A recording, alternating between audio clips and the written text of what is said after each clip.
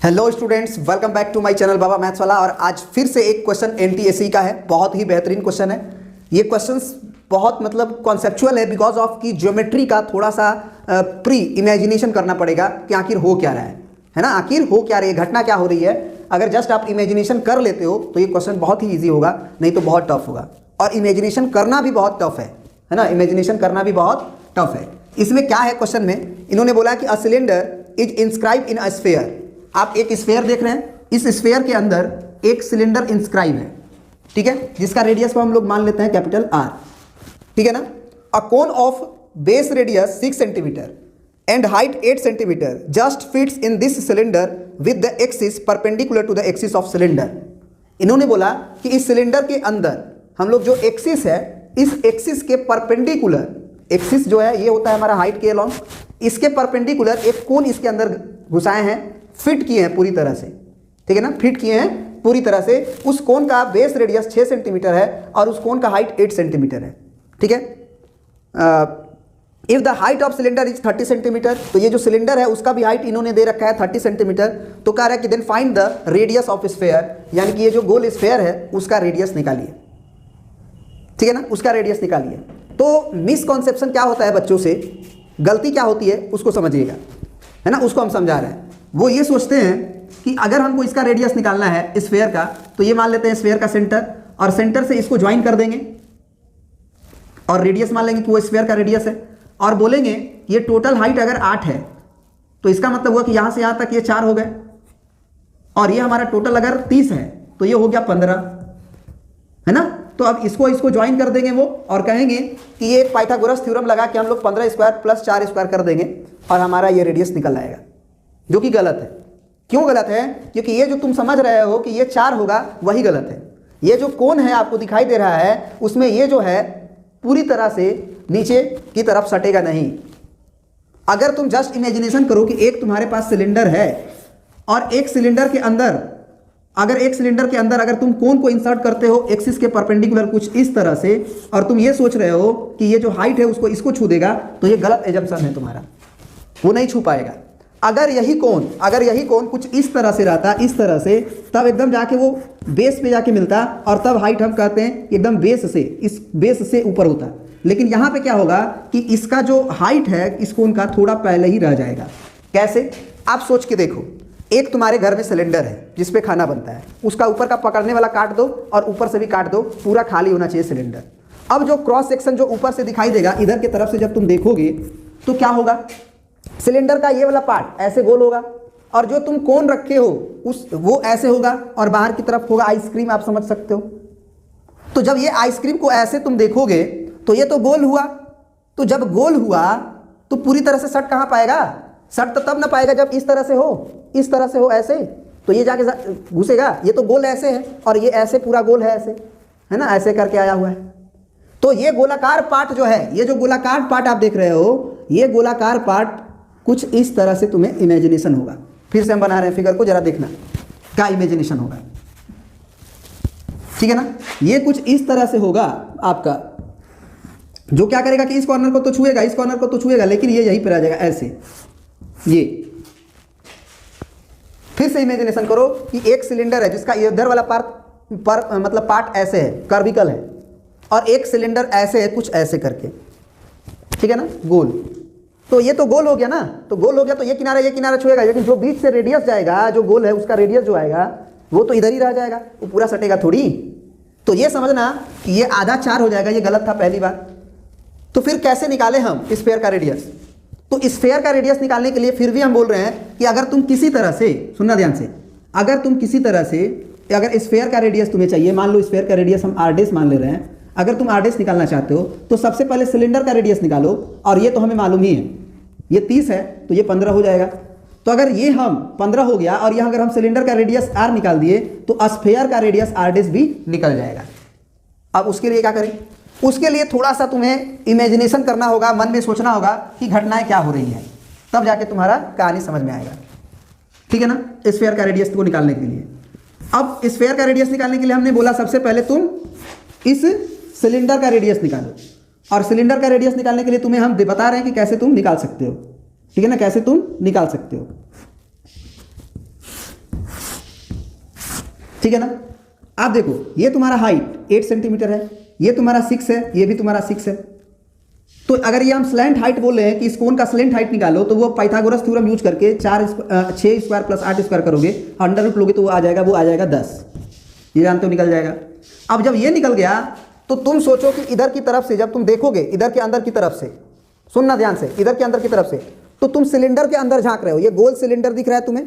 इस गोल सिलेंडर के अंदर जब तुम झांकोगे तो तुमको भी एक कोन दिखाई देगा, कोन दिखाई देगा, ऊपर का परत मोटा और इधर से पतला। तो तुम सोचो कि तुम जो ऊपर से देख रहे हो वो सिलेंडर का एक गोलाकार दिखाई देगा ऐसे गोल। तो तुम सोचो कि यह सिलेंडर का तुम्हारा गोलाई था, सिलेंडर का तुम्हारा क्या था, गोलाई था, सर्कल था। बहुत ध्यान से समझना, नहीं तो यही वाली बात अगर नहीं समझ में आएगी तो क्वेश्चन नहीं समझ में आएगा। बहुत इंपॉर्टेंट बात समझ आ रहा है। इधर की तरफ से तुम झांक रहे हो तो सिलेंडर तुम्हें गोल ही ना नजर आएगा, गोल गोल गोल गोल, क्योंकि हर क्रॉस सेक्शन परपेंडिकुलर, एक्सिस के परपेंडिकुलर, जब एक मान लो एक सॉलिड सिलेंडर होता है, इसको काटते तो एक सर्कल सर्कल दिखाई देता। तो वो सर्कल को इमेजिनेशन करो कि ये हमारा था सर्कल। इस सर्कल में जब तुम अपने कोन को देखोगे तो केवल कोन का वो वाला पार्ट देखो, कोन तो पूरा है लेकिन कोन ये ऐसे करके ऐसे है, तो ये वाला पार्ट देखो कुछ ऐसे दिखाई देगा केवल। और बेस वाला डायमीटर देखो, बेस वाला डायमीटर ये होगा, तो एक हो जाएगा तुम्हारा ट्राइंगल, जिसमें ये लेंथ तुम्हारा कहलाएगा 10, ये कहलाएगा 10, और ये 6 और 6 12, ये डायमीटर हो गया तुम्हारा 12। अब एक सर्कल हो गया तुम्हारा जो कि गोल सिलेंडर का था। अब उस गोल सिलेंडर का अगर गोल सिलेंडर बोल रहे हैं, क्रॉस सेक्शन जो गोल दिखाई दे रहा है, ये सिलेंडर का गोलाकार पार्ट, उसका सेंटर से अगर हम रेडियस पूछें कि क्या होगा, तो अब यहाँ पे एक तुम्हारा एक फार्मूला लगेगा जो कि आपको इसमें पढ़ाया जाता है, किसमें, ट्रायंगल की प्रॉपर्टीज में। प्रॉपर्टीज ऑफ ट्रायंगल एक चैप्टर है आपके लिए, उसमें इस रेडियस का वैल्यू आपको निकालने बताया जाता है कि रेडियस जो होती है, जिस एक सर्कल, अगर हमारे पास एक सर्कल है जिसमें कि हमको 3 साइड पता है, तीनों साइड का लेंथ पता है, तो उस सर्कल का जो रेडियस है उसका फॉर्मूला हो जाता है ABC/4 डेल्टा। जहाँ पे जो डेल्टा होती है वो हमारा एरिया होता है इस ट्रायंगल ABC का, ठीक है ना। तो रेडियस आपका निकल जाएगा। तो यहाँ से रेडियस का वैल्यू कितना हो जाएगा, तो ए का वैल्यू हमारा 10 गुने फिर 10 और गुने 12, 10 गुना 10 गुना 12 और डिवाइडेड बाई 4, और डेल्टा का वैल्यू का मतलब एरिया ऑफ ट्रायंगल ABC। तो ABC का एरिया का मतलब 1/2 इंटू बेस, तो बेस हम ये कह सकते हैं, और हाइट हमारा ये दिया हुआ था 8, दिया हुआ था ना 8, ये 12 हुआ, ये 10 10, ये 8, तो बेस हमारा हो गया 12 और हाइट हो गया हमारा 8। बेस हो गया हमारा 12 और हाइट हो गया हमारा 8। तो 12 से 12 काट दिए, ठीक है, 2 से 2 दूना 4 काट दिए, तो कितना हो गया हमारा रेडियस, 10 दहा में 100 और अपॉन 8 दूना के 16, 8 दूना के 16। अब काटो, 4 से काट सकते हो, तो 4 चौके 16 और 4 दूना के 8, 4 5 के 20, 25 बटे में 4। तो कैपिटल आर का वैल्यू हो गया हमारा 25 बटे में 4। अब हमने वो अगर ये कैपिटल आर निकाल लिया, तो अगर देखो स्फेयर के अंदर है ये, तो स्फेयर के एक कॉर्नर से सेंटर की दूरी रेडियस ऑफ स्फेयर कहलाएगा, उसको हम आर डेस माने हुए हैं, और ये 15 निकल ही चुका है। तो फिर से हम पाइथागोरस लगा देंगे एक राइट एंगल ट्रायंगल में, एक राइट एंगल ट्रायंगल में। तो आर डेस का स्क्वायर इज इक्वल टू 15 का स्क्वायर और प्लस कैपिटल आर का स्क्वायर। तो 15 का स्क्वायर 225 प्लस इस आर का स्क्वायर मतलब 25 बटे 4 का स्क्वायर। तो 25 का स्क्वायर क्या हो जाता है 625 और 4 का स्क्वायर 16 और प्लस 225। बाई 1 करो, एलसीएम लो, तो ये हो जाएगा 16, फिर 16 5 80, हाथ में लगा 8, 16 दूना 32 और 8 40, हाथ में लगा 4, 16 दूना के 32 और 4 36 और प्लस 625। ठीक है जी। अब इसको जोड़ो तो ये हो जाएगा कितना, तो किनारे पे 5 2 और ये 6 और 6 12 और 3 और 1 4 डिवाइडेड बाई 16। तो ये हमारा आर डैश का स्क्वायर का वैल्यू आया। तो आर डैश क्या होगा, तो आर डैश होगा हमारा under root 4225 divided by 16, divided by 16। तो सबसे पहले देखो क्या हम लोग इसमें बाहर निकाल सकते हैं, सोचो, है ना। ये यहाँ पे अब स्क्वायर रूट का खेल आ गया, तो ऑप्शन से भी तुम पकड़ सकते हो, ऑप्शन से भी तुम पकड़ सकते हो। कैसे, देखो सबसे पहले तो नीचे से बाहर आ जाएगा तुम्हारा कितना 4 बाहर आ जाएगा, उसमें कोई संकोच नहीं है।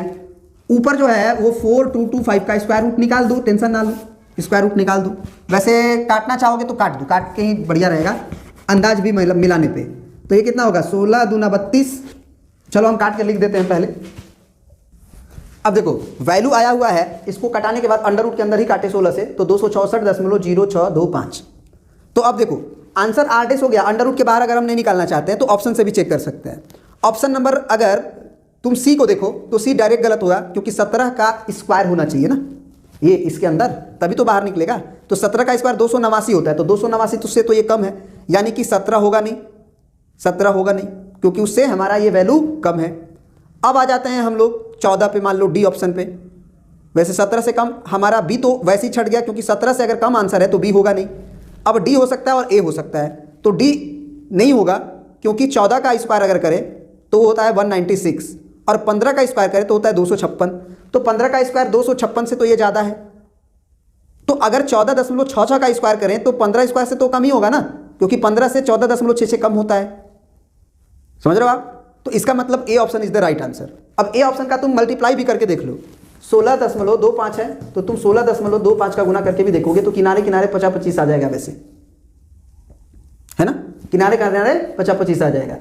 तो यही आंसर सही होगा। बी तो वैसे ही छट चुका है। और अगर डी को देखो तो 6 के 36 आता है 6 में किनारे में, जबकि इसमें तो 5 आ रहा है। तो इस तरह से A option is the correct answer. Thank you very much. और अगर वीडियो अच्छा लगता है तो आप इसी तरह से मेरे व्हाट्सअप नंबर 870946 पे क्वेश्चन पूछ सकते हैं, कोई भी कहीं का भी। हम इसी तरह से आपको वीडियोस अवेलेबल कराते रहेंगे। Thank you very much.